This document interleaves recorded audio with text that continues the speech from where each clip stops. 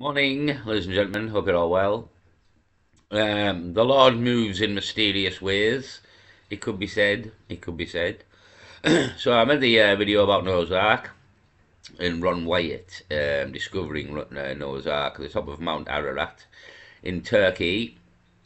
An official site was declared by the Turkish government that it was the site of Noah's Ark. They've done scans on the structure and believed to have found metal where the rivets would have been. But the big giveaway really was the coping stones, the what would have used as anchors as well, which have holes in for ropes and are some of the largest stones that we've ever found, as this would have been one of the largest boats we'd ever found. So there is a bit of evidence to back this up that this could be Noah's Ark at the top of this mountain, or Gilgamesh's Ark, or whatever you want to call him. An ark that survived a great flood on the earth. This very, very much could be that ark at the top of a mountain where it said it would be, petrified and with the coping stones left in situ. So I made the video. Then I just happened to pass this on Discovered Media, which is only 5 days old now. Just go down a bit and show you. There we go, 91,000 views 5 days ago. And it's talking of Noah's Ark and the exact place we were talking of Mount Ararat in Turkey, and the exact. We'll show you a picture of this site I've already shown you. So let's get into it and see what the soil scientist has to say. Biblical tales. God floods the earth, sparing Noah, his family, and two of every animal on board his ark. Now, an international team of researchers have found new evidence that a famous formation in Turkey could be the site of the ancient vessel. For more, we are joined by researcher William Crabtree from Adelaide. William, good morning to you. Thanks for joining us. Good morning. Pleasure to be here. You've seen it for yourself, I understand. Tell us about it. Could it be true? Yeah, well, I went there to have a look because I'd seen a fair bit about it. And as a scientist, I enjoy looking at evidence. And you can see there on your screen, that's what it looks like now. But if you look at it in 1959, when they first took a photo of it, it's very flat, but now it's popped up. And that popping up, it came up as a whole structure. And that says something.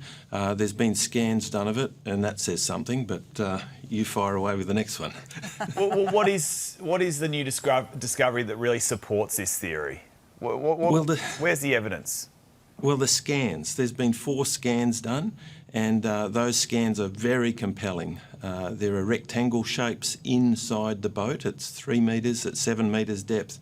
There's a tunnel that goes from the tip that you can see there right down to the middle, and it's big enough that you can walk through it. It's just an incredible shape. Some people think, oh, you see it's pointy at one end and not at the other.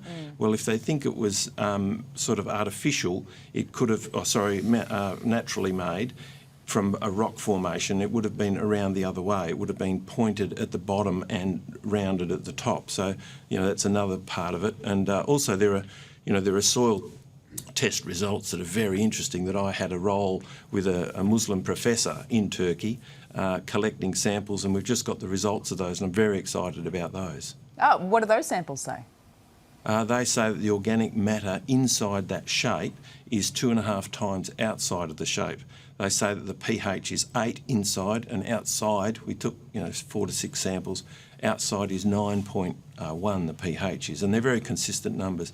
The potassium level is also 40% higher inside than outside, and if you know anything about soil science, which I'm a soil scientist, the potassium level, organic. So it's getting a bit scientific here, but if you watch the original documentary, it's very compelling, to be honest, that it is Noah's Ark. It's very compelling. They've done tests, they've done scans, they found metal where the rivets should be. As I said, the anchors are still in situ, the largest sort of stones we've ever found with holes in that were used as anchors. It's at the top of a mountain, and it's where it said it would be, and when I first saw the documentary, for me, and the Turkish government declared the official site of it, I truly believe this was Noah's Ark. It's something at the top of a mountain, the shape of a boat that's been petrified. Scans have been done, and as this guy says here, there is definite differences between the inside and the outside of the boat and the land and everything in. There's tunnels. Because for me, I believed it at the time. To be honest, when I first watched the documentary of Ron Wyatt, I believed that Ron Wyatt had found Noah's Ark. And whether we call it Noah, we won't get into that, but our culture generally calls it Noah's Ark. Obviously, with the crack of Gilgamesh, every culture's got a tale, probably not the name Noah. So, but we could all be talking about the same story, we just named the guy differently, and it's kind of improved by the whole Gilgamesh crack and Noah and Gilgamesh's epic, and it being, in effect, the same story.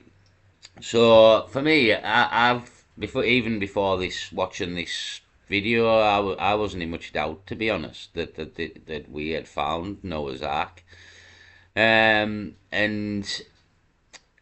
upon sort of realising, this is how I kind of got back into the Bible as well. Not only was it fascinating, I'd forgot about this bit, to be honest. Not only was it fascinating about the Nephilim and the fallen angels and the Book of Enoch and all the bits that we've never been told, but I remember seeing this as well and thinking, we found Noah's Ark. Like it's the story in the Bible or in all these books. It's true. It's true.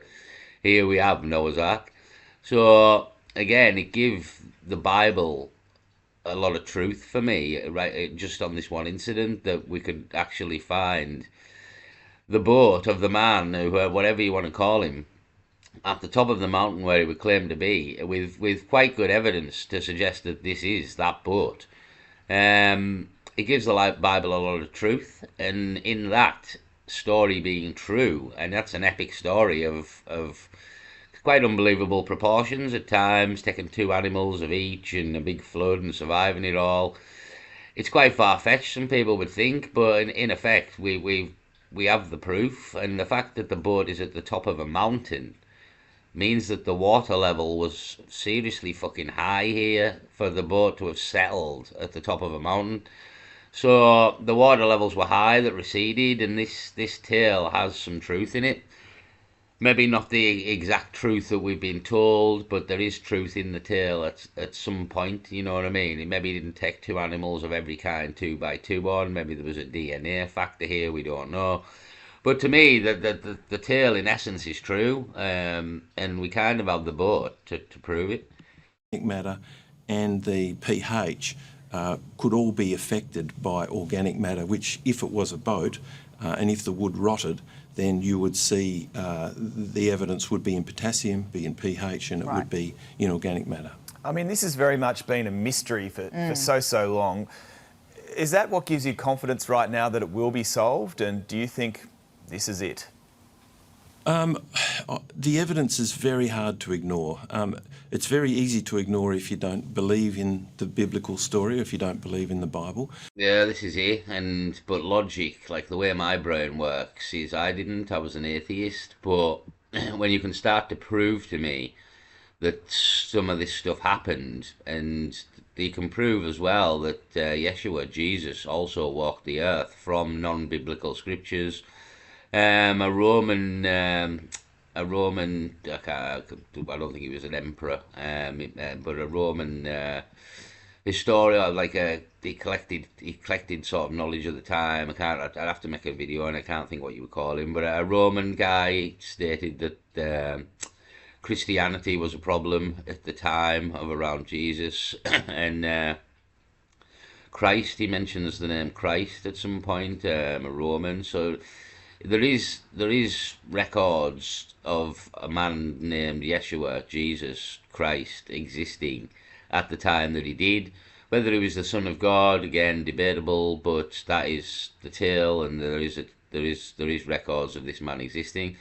Just like we have records here of this boat, this tale having happened, and again, giving truth to the Bible. It's not a book of fiction, it's a history book. It really is a history book. It is not a book of fiction. And in that, not only that, but it's actually fascinating story when it's told in the right way, when it's told the truthful way.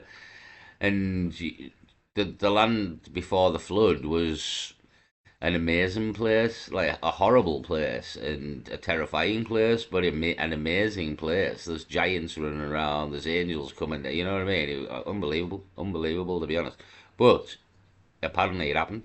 And maybe just in the modern times, because we don't get to see all this and we've got Hollywood films that depict stuff like this, we can't grasp that it ever happened. But here we are with a boat at the top of a mountain in Turkey.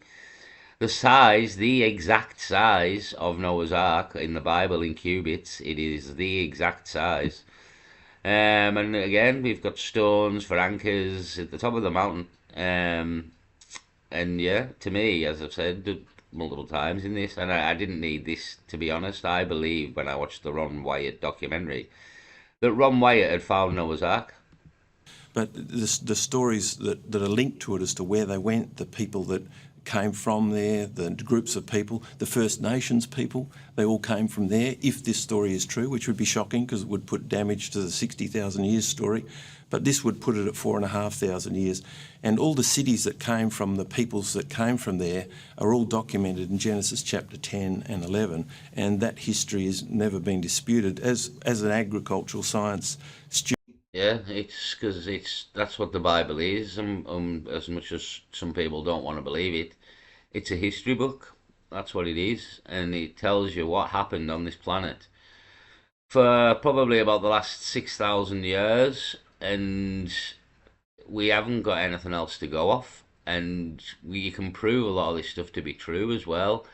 Many sites in the Bible have been proved to be true, and again, another thing about the Bible is the Bible is separate books. Bible means collection of books, and within this collection of books, I think it cross-references itself within separate books. Mind, it's not the same book. It's books that have been put together. It cross-references itself 166,000 times, I believe, the Bible, which. If you sort of look into what that means, the fact that it cross-references itself 166,000 times in a book that isn't actually a single book, it gives it a lot of credibility. It gives it a lot of credibility, to be honest, if you look into the fact that it cross-references itself and it isn't actually one single book. It was written by different people at different times. And was put together by the Council of Nicaea in 312 AD. And in effect, the Bible is, before it was the Bible, was just a collection of scrolls. That's all the Bible was, scrolls and various tales from various different people that has been ultimately and eventually collected together and put together to try and make the story. And originally was not a book. It was individual scrolls by different people telling stories of the time.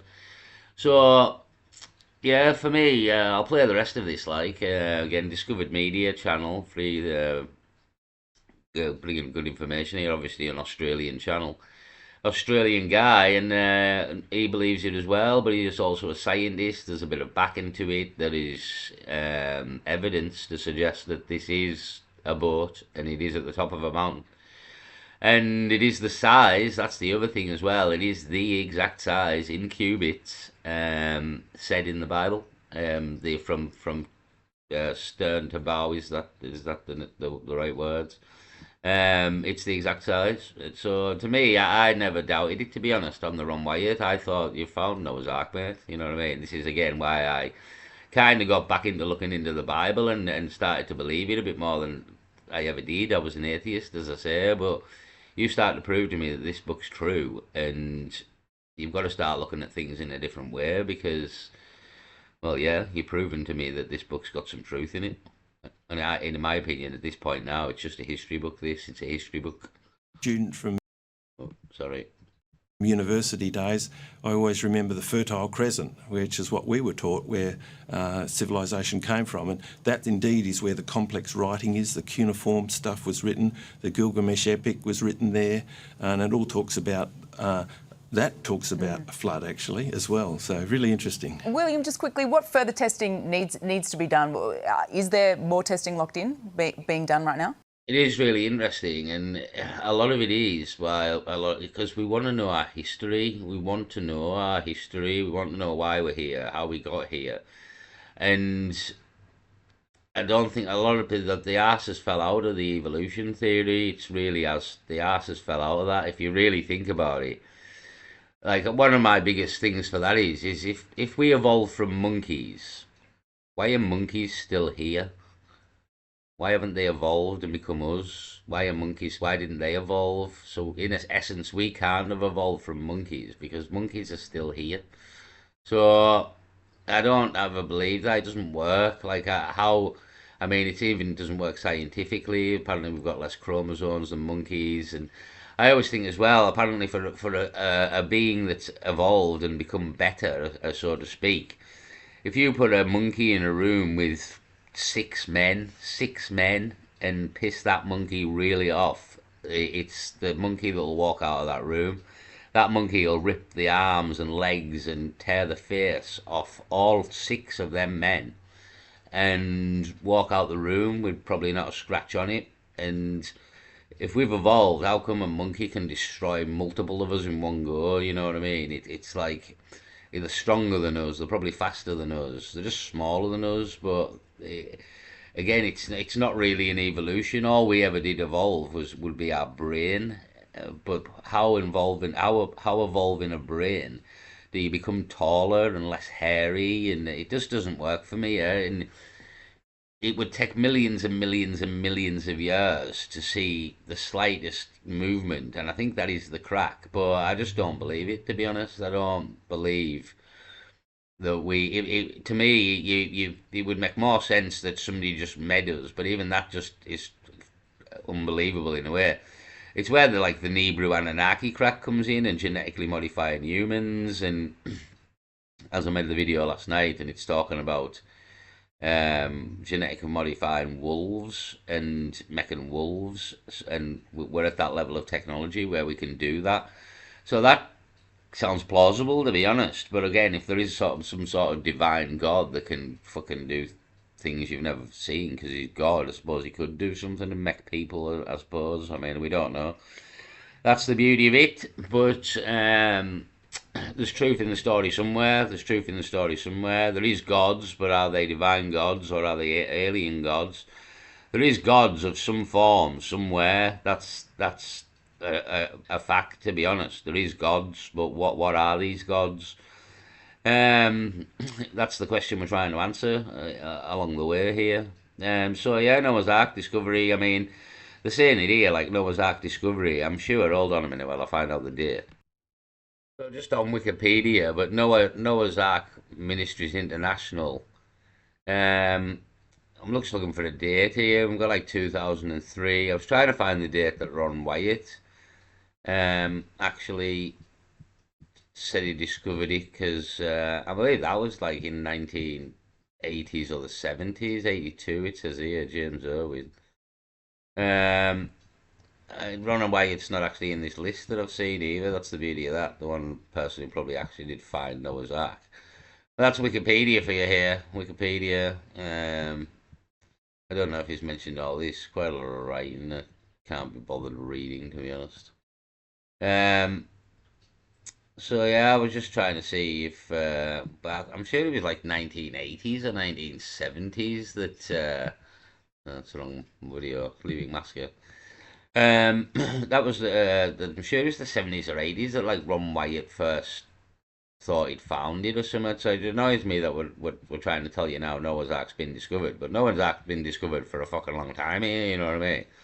This person has not discovered Noah's Ark. A guy called Ron Wyatt has, and he has many documentaries on it. And yeah, it was quite some fucking moons ago here. So yeah, this isn't new news.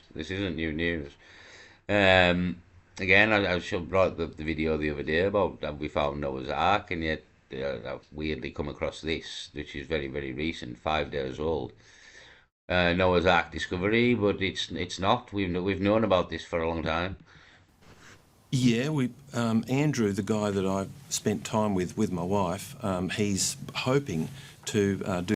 Bit of a swinger there. He's been spending time with Andrew and his wife. So Andrew's been having a royal good time here, as well as discovering Noah's Ark. So it's a real good shindig. Do core drilling, proper core drilling. There was a bit of core drilling done that was very artificial, and it was dry drilling. It needs to be done differently, and you could drill into the cavities if they're there, which the scans show they are, and then you could look around with a camera, and that'd be really interesting. That'd blow things away. It would mess up, our knowledge of geology, really. It's very disruptive, and everywhere I look now I see stones and I see layers and I see limestone and I see stuff pushed up and I see rocks bent, layer upon layer upon layer. Each one of those layers.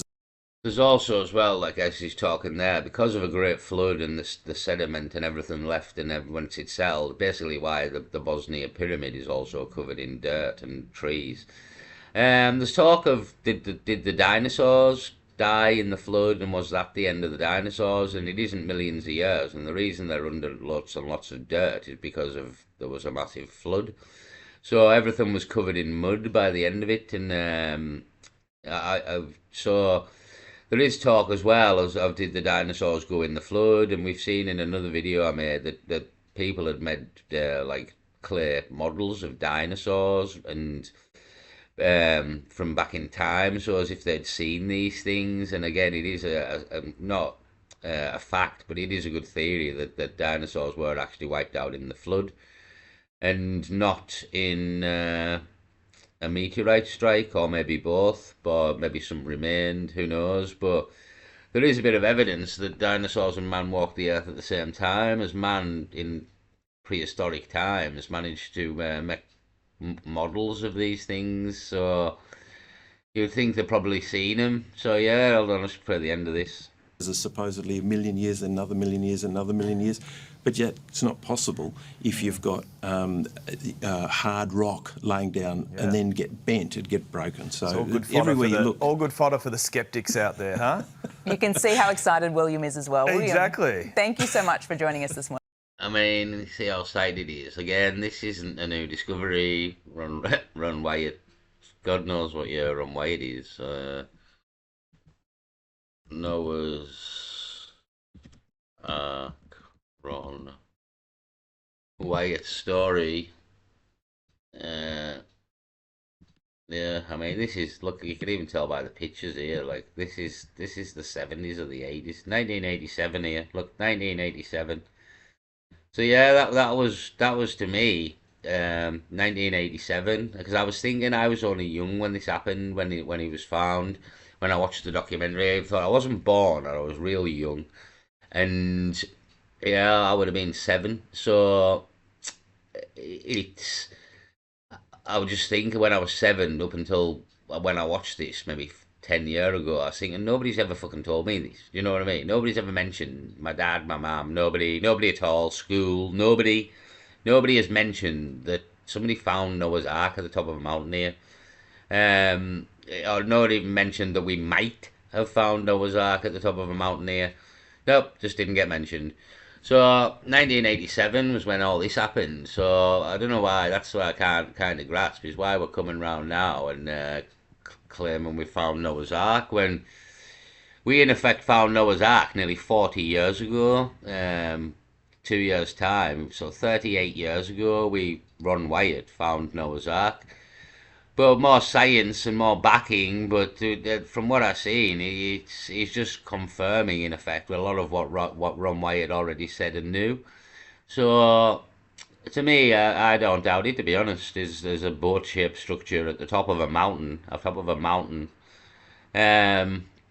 in Turkey, in Mount Ararat, and it's got scans, and there's metal been found where rivets would have been, as this new scan shows. There's cavities and tunnels where there would have been various areas in the middle of the ship, you would imagine, and it hasn't all just rotted perfectly, and it's maybe left cavities, and again, it's all there to be found, and in a way, it's a sign from God that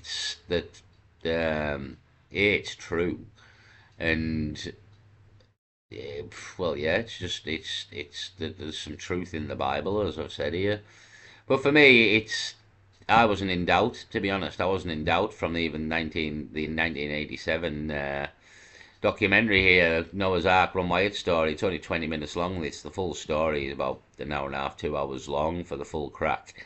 But very, very well worth a watch. And to me, it's, well, there you have it. I made the video the other day about it. And now we have another thing coming out saying, yeah, it's probably true. To be honest, it's probably true. So, amazing, amazing. I'll leave it there, people. Peace.